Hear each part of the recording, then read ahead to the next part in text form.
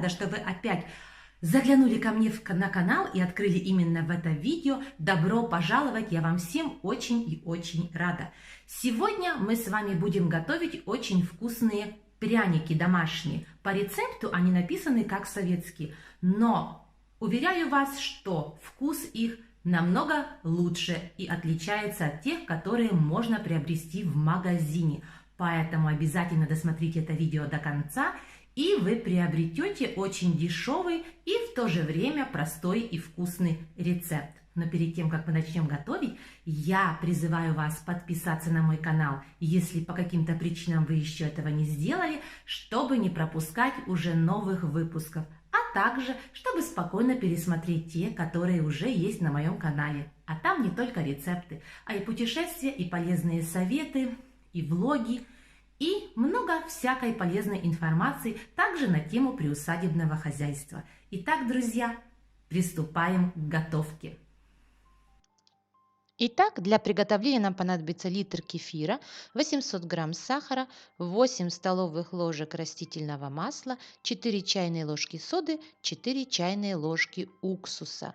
Мука сколько заберет, так, чтобы тесто было мягкое. Сразу скажу, что сахара я столько не даю, поскольку вы знаете, я сахар ограничиваю, поэтому я даю половину. Итак, приступаем к нашему приготовлению.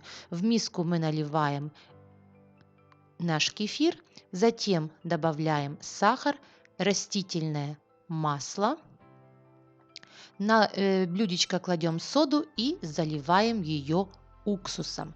И после того, как мы ее погасим, добавляем в тесто. Также для более приятного вкуса мы можем добавить разные специи, которые у вас есть для пряников. Я в этот раз добавила корицу, но также существуют специальные приправы для пряников. И вы также можете их добавить. Тогда пряники получатся более ароматными и вкусными. Итак, когда уже все такие ингредиенты мы добавили, размешиваем все очень хорошо ложкой, чтобы ингредиенты подружились, и затем будем всыпать муку и замешивать тесто. Как я уже сказала раньше, муку надо добавлять и мешать до тех пор, пока тесто не получится однородным и не будет прилипать к рукам. Я обычно припасаю килограмм муки, но также держу в резерве еще, поскольку нередко нужно добавлять еще муку, чтобы консистенция теста была соответствующая. Вот так, чтобы тесто у нас получилось однородным и хорошо вымешанным, я не добавляю сразу всю муку, а постепенно маленькими порциями, и тогда тесто не имеет и комков, и лучше замешивается. Так что советую вам также набраться терпения и добавлять все постепенно. Когда ложкой мешать тесто уже будет проблематично и тяжело, тогда добавляем еще муку и переходим на ручной замес. И тут также нужно приложить усилия и вымешать тесто очень хорошо. Сразу скажу, что при таком количестве теста к этому занятию нужно приложить немного силы, поскольку вымешать такое тесто не так легко. Вот замес подошел к концу. Проверяем на руку, какая у нас консистенция теста. Как видите, оно к рукам не прилипает. То есть можно приступать к разделке пряников на доске. Посыпаем доску мукой и делим тесто на две части. И теперь начинаем его раскатывать. Не раскатывайте его слишком тонко, толщиной с палец, чтобы пряники получились пышные и высокие.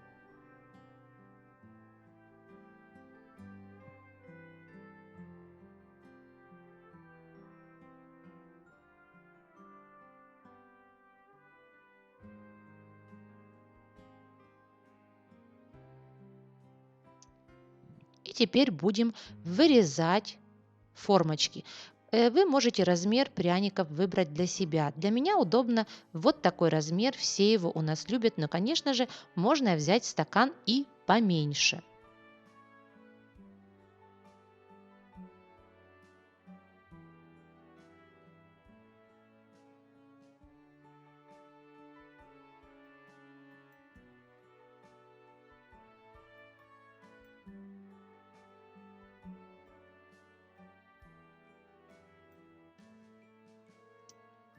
На хорошо смазанный жиром противень выкладываем наши пряники, но стараемся оставлять между ними пространство, поскольку они будут достаточно активно расти во время выпечки. Следите за процессом выпечки и не пересушите их в духовке, поскольку они потом будут достаточно твердыми. Поэтому нужно смотреть и вовремя вытащить из духовочки. А теперь приступим к приготовлению глазури. Для этого по рецепту понадобится 2 белка и 100 грамм сахара, а также щепотка лимонной кислоты. Взбиваем белки вместе с сахаром и лимонной кислотой вот до такого состояния. И затем этой глазурью мы будем смазывать наши пряники. По рецепту есть еще для промочки сахарный сироп.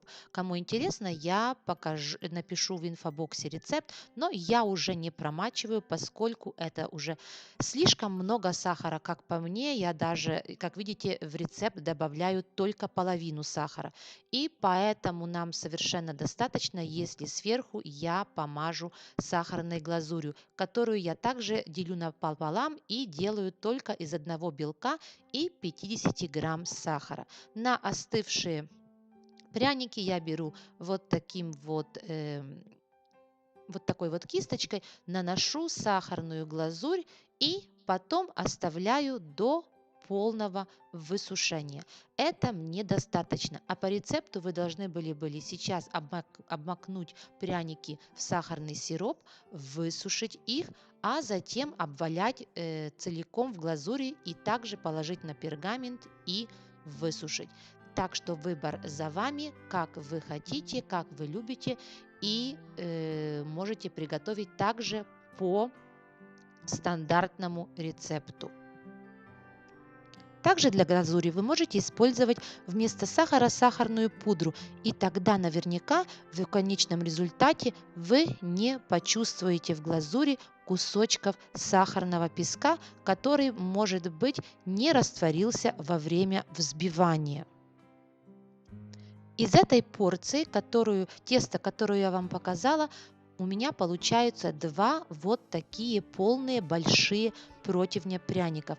И при условии, если я делаю вот такой величины пряники. Думаю, что если бы вы взяли стаканчик поменьше, то, возможно, не хватило бы места на 2 противня и пришлось бы выпекать в 2 приема. У меня в духовке получается на 2 полочки разложить противни, и поэтому я все пеку в 1 прием.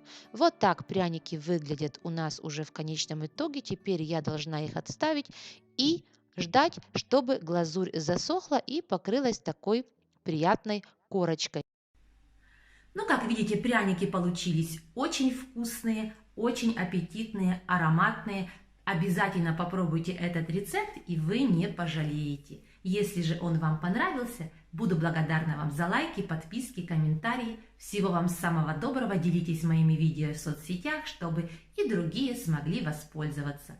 А я не прощаюсь с вами, а говорю вам до новых встреч, друзья, в новых видео. Буду ждать встречи с вами. Пока-пока.